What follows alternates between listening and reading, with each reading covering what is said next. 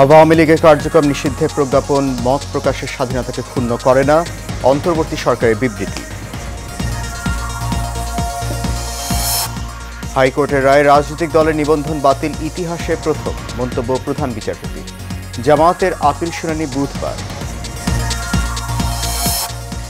NBR বিলুপ্ত, রাজস্ব নীতি ও ব্যবস্থাপনা বিভাগে অধ্যাদেশ জারি, রাজস্ব আদায়ে প্রভাব পড়বে না বললেন অর্থ উপদেষ্টা। এবং হামলা শেষ হয়নি, স্থগিত রাখা হয়েছে, হুঁশিয়ারি নরেন্দ্র মোদী। সন্ত্রাসীদের ধ্বংস করতে হবে পাকিস্তানকে।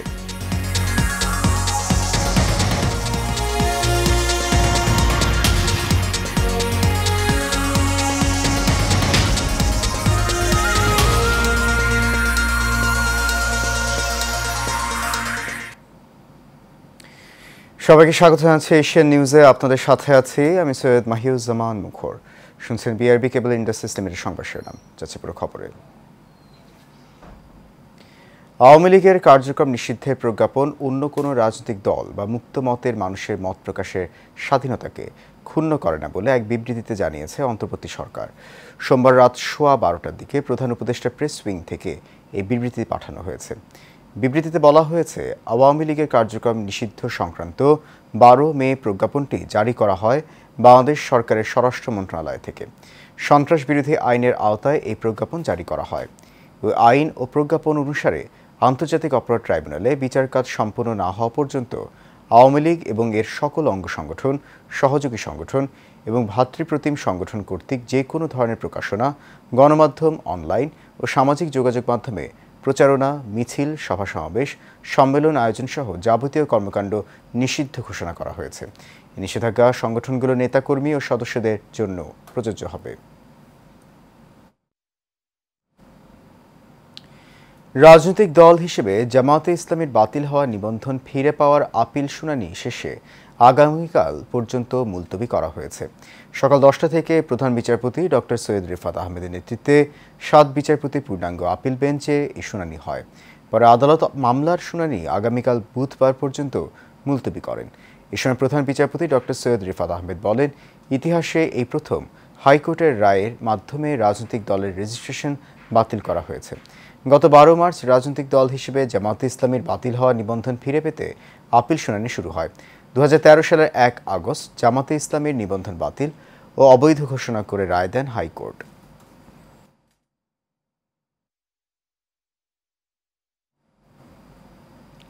জাতীয় রাজস্ব বোর্ড বিলুপ্ত করে রাজস্ব নীতি ও রাজস্ব ব্যবস্থাপনা নামে আলাদা 2টি বিভাগ করে গতরাতে অধ্যাদেশ জারি করেছে সরকার। অধ্যাদেশে শুধু রাজস্ব নীতি বিভাগের কার্যপরিধিতে সামান্য পরিবর্তন আনা হয়েছে। আর রাজস্ব ব্যবস্থাপনা বিভাগের প্রশাসনিক পদগুলোতে অ্যাডমিন ক্যাডার কর্মকর্তাদের পাশাপাশি আয়কর ও কাস্টমস ক্যাডারের কর্মকর্তাদের রাখা হয়েছে। অধ্যাদেশে বলা হয়, রাজস্ব নীতি বিভাগ কর আইন প্রয়োগ ও কর আদায় পরিস্থিতি পর্যবেক্ষণ ও পরিবীক্ষণ করবে। আর রাজস্ব ব্যবস্থাপনা বিভাগের প্রশাসনিক অনুবিভাগের বিভিন্ন পদ অ্যাডমিন ক্যাডার ও রাজস্ব ব্যবস্থাপনা বিভাগের মাঠ পর্যায়ে কর্মরত কর্মচারীদের মাধ্যমে পূরণ করা হবে। নতুন অধ্যাদেশ অনুযায়ী জাতীয় রাজস্ব বোর্ডের জনবল রাজস্ব ব্যবস্থাপনা বিভাগে ন্যস্ত হবে। এই জনবল থেকে প্রয়োজনীয় জনবল রাজস্ব নীতি বিভাগে পদায়ন করা যাবে। এছাড়া অভ্যন্তরীণ সম্পদ বিভাগ বিলুপ্ত হয়ে তার জনবল রাজস্ব নীতি বিভাগে ন্যস্ত হবে।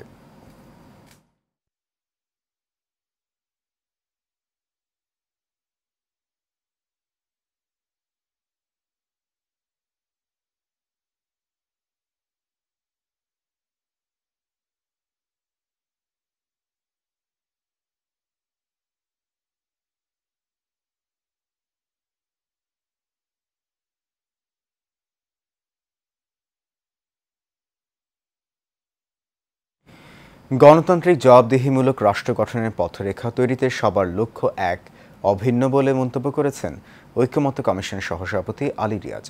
সকালে জাতীয় সংসদ ভবনের এলডি হলে বাংলাদেশের কমিউনিস্ট পার্টির সঙ্গে আলোচনার শুরুতে স্বাগত বক্তব্যে কথা বলেন তিনি বলেন, ভবিষ্যৎ বাংলাদেশের পথরেখা নির্ধারণ এবং গণ অভ্যুত্থানের পর কাঠামোগত পরিবর্তন সুনির্দিষ্ট ও বাস্তবায়নই ঐক্যমত্য কমিশনের লক্ষ্য। এ সময় সিপিবির সাধারণ সম্পাদক রুহিন হোসেন প্রিন্স বলেন, সরকারকে এখন প্রয়োজনীয় সংস্কার করতে হবে। বড় ধরনের সংস্কারে হাত দিলে নির্বাচন সংকটে পড়তে পারে। বহুল আলোচিত ২০০১ সালে রমনা বটমূলে বর্ষবরণ অনুষ্ঠানে বোমা হামলা মামলায় মৃত্যুদণ্ডপ্রাপ্ত আসামি মাওলানা তাজউদ্দিন ও জুয়েলকে যাবজ্জীবন কারাদণ্ড দিয়েছেন হাইকোর্ট। সাজাপ্রাপ্ত অন্য আসামিদের ১০ বছর করে সাজা দেওয়া হয়েছে। আজ বিচারপতি মোস্তফা জামান ইসলাম ও বিচারপতি নাসরিন আক্তারের হাইকোর্ট বেঞ্চ রায় ঘোষণা করেন। রায়ে ৯ আসামির সাজা কমিয়ে ১০ বছর করে কারাদণ্ড ও ৫০,০০০ টাকা করে জরিমানা করা হয়েছে। ২০০১ সালের ১৪ এপ্রিল রমনা বটমূলে ছায়ানটের বর্ষবরণ অনুষ্ঠানে বোমা হামলা চালানো হয়। হামলায় ঘটনাস্থলে ৯ জনের মৃত্যু হয়। পরে হাসপাতালে মারা যান একজন। এই ঘটনায় নীলক্ষেত পুলিশ ফাঁড়ির সার্জেন্ট অমল চন্দ্র চন্দ ওই দিনই রমনা থানায় হত্যা ও বিস্ফোরক আইনে ২টি মামলা করেন।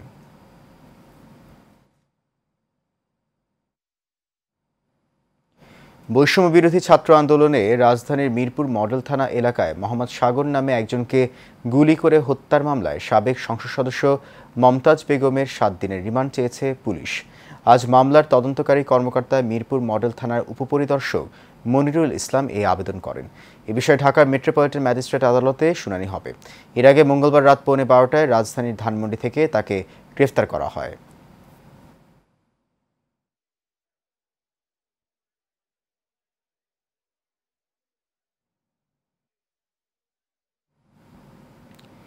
মামলার আড়ালে দখল বাণিজ্য, চাঁদাবাজি সহ দেয়া হচ্ছে হুমকি।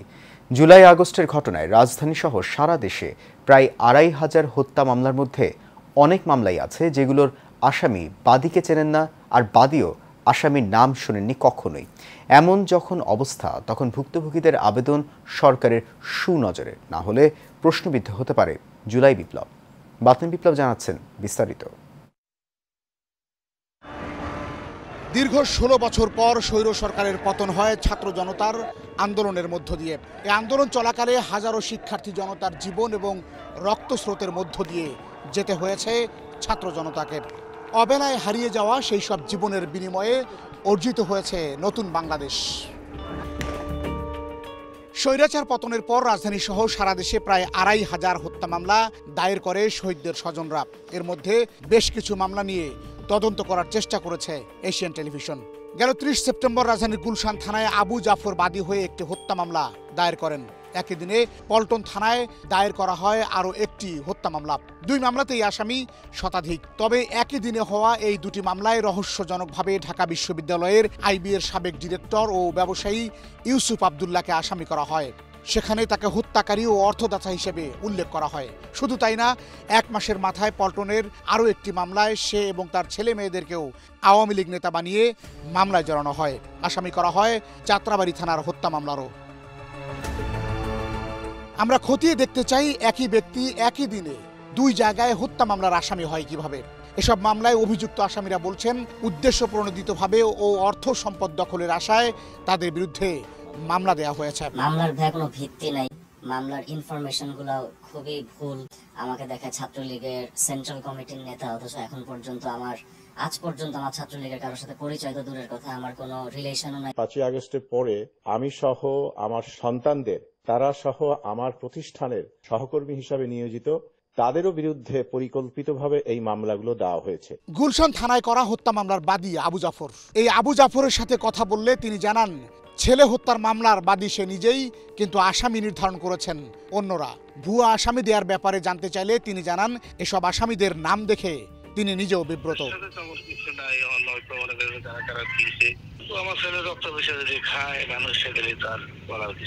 গুলশানের এই মামলা ছাড়াও অন্য মামলাগুলোর কাগজ এসেছে আমাদের হাতে। প্রতিটি মামলার ধরন প্রায় একই রকম। আসামি ইউসুফ আবদুল্লাহ ও তার পরিবার ও বিভিন্ন ব্যবসায়ী। তাহলে কেন জড়ানো হচ্ছে ব্যবসায়ী শিক্ষকদের? আমরা এরও উত্তর খোঁজার চেষ্টা করেছি।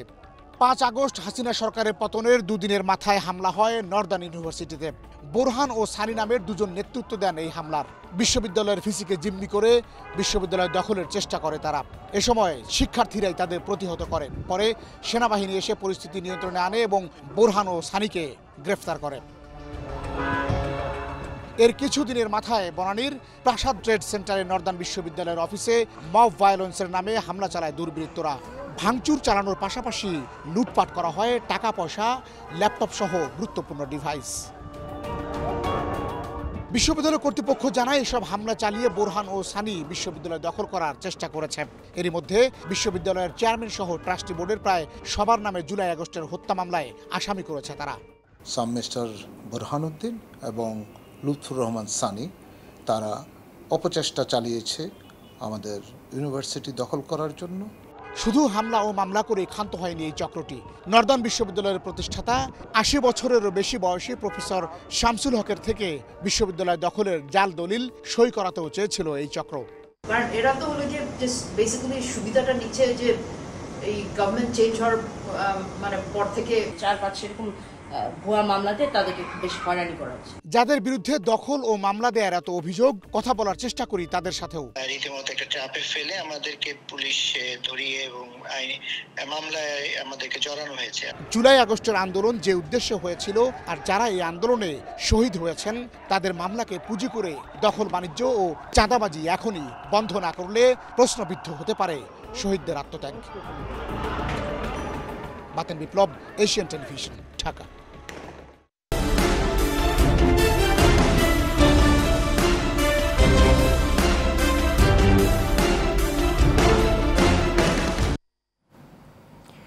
সিরাজগঞ্জের চলনবিল এলাকায় অন্যান্য বছরের তুলনায় এবার ইরি বোরো ধানের বাম্পার ফলন হয়েছে। প্রতি বিঘা জমিতে 25 থেকে 30 মণ ধান মিলছে। প্রতি মণ ধান 1350 থেকে 1450 টাকা দরে বিক্রয় হচ্ছে। মির্জা আব্দুর রব বুলবুলের তথ্যছবিতে আরও জানাচ্ছেন জাবালুন নূর। কেউ জমিতে ধান কাটছেন, কেউ করছেন মাড়াই। এভাবেই সকাল থেকে সন্ধ্যা পর্যন্ত ব্যস্ত সময় পার করছেন সিরাজগঞ্জের চলনবিল এলাকার চাষিরা। চলতি বছর এ অঞ্চলে ইরি বোরো ধানের ফলন ভালো হয়েছে। চাষিরা জানান, প্রতি বিঘা জমিতে 25 থেকে 30 মণ ধান মিলছে। ভেজা ধান মণ প্রতি 1350 থেকে 1450 টাকায় বিক্রি হচ্ছে। আমার চলনবিলে খুব সুন্দর ফলন হচ্ছে। এবার 25 থেকে 28 মণ হারে ধান হচ্ছে। ধানের দাম 1350 থেকে 1450। কৃষক খুব পয়সা ভালো পাচ্ছে। সরকার থেকে কৃষি অফিস থেকে কোনো সাহায্য সহযোগিতা পাই, ভালো বীজ পাই, আরও ফলনের আশা করতে পারি। কৃষি অধিদপ্তর বলছে, ধানের ন্যায্য দাম নিয়ে শঙ্কা নেই। এ বিষয়ে সরকারের পক্ষ থেকে সুনির্দিষ্ট নির্দেশনা দেওয়া হয়েছে। 1 মাসের মধ্যেই বর্তমান হয়ে যাবে। যেহেতু এটা শুরু থেকে আসতেছে, আমাদের বাজার মূল্য ভালো আছে এবং আমাদের কৃষক ভাইরা খুশি। আমাদের মাঠ পর্যায়ে কৃষক থেকে শুরু করে আমরা সার্বজনীন কৃষক ভাইদেরকে বিভিন্ন পরামর্শ দিয়ে আসতেছি এবং যাতে তারা নির্বিঘ্নে ভরা তুলতে পারে এই ধরনের আমরা সব ধরনের সহযোগিতা দিয়ে কৃষকদের পাশে দিচ্ছি। চলতি বছর 2,65,000 হেক্টর জমিতে ইরি বোরো ধান চাষ করা হয়। উৎপাদনের লক্ষ্যমাত্রা নির্ধারণ করা হয়েছিল 1,20,10,000 মেট্রিক টন।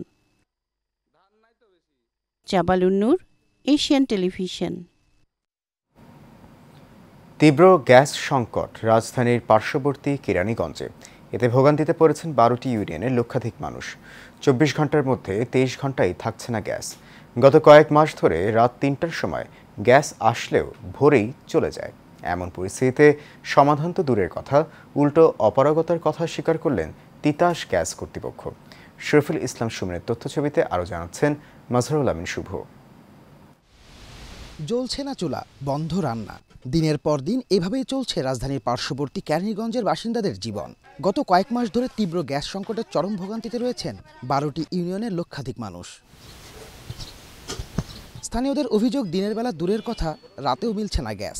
মাঝরাতে কিছুটা সময় গ্যাস পাওয়া গেলেও তা খুবই অল্প। এতে করে রান্নাবান্না অনেকটাই বন্ধ। বাধ্য হয়ে অনেকেই সিলিন্ডার কিনে চালাচ্ছেন দৈনন্দিন জীবন। গ্যাস সারাদিনও থাকে না, রাত্রে আপনার 12টা-1টা বাজলে একটু আসে। রাইতে তো মানে কয়জনের রান্না বাড়া সম্ভব, রাত জায়গা গ্যাস থাকে তো লাগে রান্না করেন কেন? গ্যাস আসে না তো কি করুন। আমরা তো এখন এই এলপি গ্যাসে রান্না করি, কারেন্টের চুলায় রান্না করি। আমরা সীমিত আয়ের মানুষ, আমরা দেখা গেল আমাদের একটা এলপি কিনতে হয় 1500-1550 টাকা দিয়া। অবশ্য গ্যাস না পেলেও প্রতি মাসে ঠিকই সরকার নির্ধারিত গ্যাস বিল দিতে হচ্ছে গ্রাহকদের। এতে করে তীব্র হচ্ছে গ্রাহকদের ক্ষোভ। আমরা গ্যাস বিল ঠিকই দিতেছি, কিন্তু আমরা গ্যাস ব্যবহার করতে পারতেছি না। গ্যাসের প্রেশার আমাদের যাতে আমাদের দেয়, আমরা তো বিল দিচ্ছি, অথচ আমরা কিন্তু সাফারার, আমরা খুব ভুক্তভোগী মানুষ। কিন্তু আসলে খুব আস্তে আস্তে ওনারা মনে হয় অনেকটা রাগান্বিত হয়ে যাচ্ছে। গ্যাসটা যেন সরকার যদি সুবিবেচনা করে মানুষের জনগণের দিকে তাকিয়ে, আমরা যাতে সুষ্ঠুভাবে সুন্দরভাবে গ্যাসটা এই এলাকার সবাই পাই, এইটা আমাদের দাবি। এমন পরিস্থিতিতে সমাধানের আশ্বাস দূরের কথা, উল্টো নিজেদের অপারগতার কথা জানালেন তিতাস গ্যাস কর্তৃপক্ষ। আপনার 40 পিএসসি বাইরে হইব, কিন্তু এখানে ঢুকেই মনে করেন 10 পিএসসি, 10 পিএসসি ঢুকে বাইরে হইব 5 পিএসসি। উপর থেকে যেভাবে নির্দেশ দেয় সেভাবেই তিতাস তো আলাদা কোনো নিজস্ব সবকিছু তা না। তিতাসের উপরে পেট্রো বাংলা আছে, পেট্রো বাংলার উপরে মিনিস্ট্রি আছে, তারা যেভাবে চালাতে বলে আমাদের ম্যানেজমেন্ট সেভাবে। লক্ষাধিক মানুষের দুর্ভোগ লাঘবের দ্রুত ব্যবস্থা নেওয়ার দাবি স্থানীয়দের। মাজহারুল আমিন শুভ, এশিয়ান টেলিভিশন।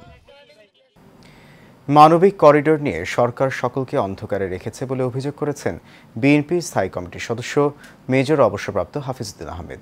সকালে জাতীয় প্রেস ক্লাবে আয়োজিত এক অনুষ্ঠানে কথা বলেন তিনি। ভিন্ন একটি অনুষ্ঠানে দলটির স্থায়ী কমিটির আরেক সদস্য আমির খসরু মাহমুদ চৌধুরী বলেন, একটা গোষ্ঠীর স্বার্থ বাস্তবায়নে সংস্কার কার্যক্রম দীর্ঘায়িত করার প্রক্রিয়া জনগণ মেনে নেবে না। মুশারফ তালুকদারের ক্যামেরায় কাউসার আহমেদের রিপোর্টে দেখুন বিস্তারিত। জাতীয় প্রেস ক্লাবে মৌলানা ভাসানীর ফরাক্কা লং মার্চ স্মরণে গণসমাবেশ উপলক্ষে আয়োজিত অনুষ্ঠানে বক্তব্য দেন বিএনপির স্থায়ী কমিটির সদস্য মেজর অবসরপ্রাপ্ত হাফিজউদ্দিন আহমেদ। যখন দেখলাম যে তারা এই সম্পর্কে কিছু, এই সময় তিনি বলেন, শুধু খাল উদ্ধারেই দেশের উন্নয়ন হবে না, এদেশের মানুষ গণতন্ত্রে বিশ্বাস করে আর দেশের স্বার্থ রক্ষায় প্রকৃত সরকার প্রয়োজন। আমরা অনেকটাই চিন্তিত রয়েছে। কিছুদিন আগে বর্তমান সরকার তারা যে করিডোরের কথা, মানবিক করিডোরের কথা বলেছেন। বাংলাদেশ 18 কোটি লোকের দেশ। আমরা জানি না, জনগণ জানে না, কোনো রাজনৈতিক দল জানে না, জনপ্রতিনিধিরা জানে না কি ধরনের করিডোর নীতি হবে, এর লক্ষ্য কি। আমরা কি নতুন কোনো যুদ্ধে জড়িয়ে পড়তে যাচ্ছি? এই সম্পর্কে তো রাজনৈতিক দল সমূহের সাথে বসে সরকারের আলোচনা করা উচিত ছিল। একই অনুষ্ঠানে বিএনপির সিনিয়র যুগ্ম মহাসচিব রুহুল কবির রিজভী বলেন, গত সরকার নিজেদের ভারতের কাছে সমর্পণ করেছিল। আমাদের যতটুকুই সামর্থ্য থাকুক আমরা সেটা নিয়ে কথা বলেছি, রুখে দাঁড়ানোর চেষ্টা করেছি এবং আন্তর্জাতিক ফোরামে জাতিসংঘে এটা উত্থাপনও করেছেন আমাদের নেতৃবৃন্দ। জিয়াউর রহমান সাহেব, মরহুম জিয়াউর রহমান সাহেব করেছেন, বেগম খালেদা জিয়া আন্তর্জাতিক ফোরামে নিয়ে গেছেন। তাই যখন দেখি একটা যেন একটা প্রবণতা হচ্ছে, একটা স্টাইল, একটা ফ্যাশন হয়েছে, ভারতের বিরুদ্ধে কিছু কথা বললে সে বোধহয় পশ্চাৎপদ, সে বোধহয় আধুনিক নয়, সে প্রগতিশীল থাকবে না, এই ধরনের একটা প্রবণতা, এটা খুব পরিকল্পিতভাবে এই মাইন্ডসেটটা তৈরি করার চেষ্টা চালানো হয়েছে। পরে প্রেস ক্লাবে এক অনুষ্ঠানে বিএনপির স্থায়ী কমিটির সদস্য আমির খসরু মাহমুদ চৌধুরী বলেছেন, এখন গর্ত থেকে বেরিয়ে এসে যারা সংস্কারের তালিম দিচ্ছে, আন্দোলনের সময় তাদের চেহারাও দেখা যায়নি। এই কথাগুলো শেখ হাসিনাও বলতো, আপনাদের মনে নেই? আরে আমি তো বাংলাদেশকে একটা কি বলে উন্নয়নের শিখরে নিয়ে যাচ্ছে, এই হচ্ছে সেই হচ্ছে, তো নির্বাচন এগুলো তো প্রয়োজন নয় আপাতত, মানবাধিকার এগুলো তো ইম্পর্টেন্ট না, আমি তো অনেক ভালো ভালো কাজ করতেছি। তো এখন মনে হচ্ছে এরকম কিছু কিছু কথা আমরা শুনতে পাচ্ছি ইদানিং, যে আমি তো এখানে অনেক কিছু হচ্ছে, আমি তো বলছি কারোর চেহারা দেখে কেউ এখানে বিনিয়োগ করবে না, বাংলাদেশের বিনিয়োগকারীরা করবে না, বিদেশিরাও করবে না। এই প্রশ্নটা পরিষ্কার হওয়া দরকার। সব রাজনৈতিক দল সংস্কারের প্রস্তাব বাংলাদেশে বিনিয়োগ ক্রমান্বয়ে কমছে। কাউসার আহমেদ, এশিয়ান টেলিভিশন, ঢাকা। শেষ করবো এশিয়ান নিউজ। তার আগে বিআরবি কেবল ইন্ডাস্ট্রিজ লিমিটেড সংবাদ শিরোনামগুলো জানিয়ে দিচ্ছি আরও একবার।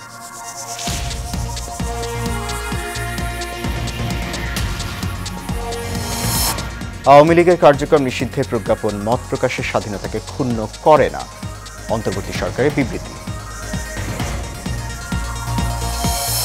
হাইকোর্টের রায়ে রাজনৈতিক দলের নিবন্ধন বাতিল ইতিহাসে প্রথম, মন্তব্য প্রধান বিচারপতির। জামাতের আপিল শুনানি বুধবার। এনবিআর বিলুপ্ত, রাজস্ব নীতি ও ব্যবস্থাপনা বিভাগের অধ্যাদেশ জারি, রাজস্ব আদায়ে প্রভাব পড়বে না বললেন অর্থ উপদেষ্টা। এবং হামলা শেষ হয়নি, স্থগিত রাখা হয়েছে, হুঁশিয়ারি নরেন্দ্র মোদী। সন্ত্রাসীদের ধ্বংস করতে হবে পাকিস্তানকে।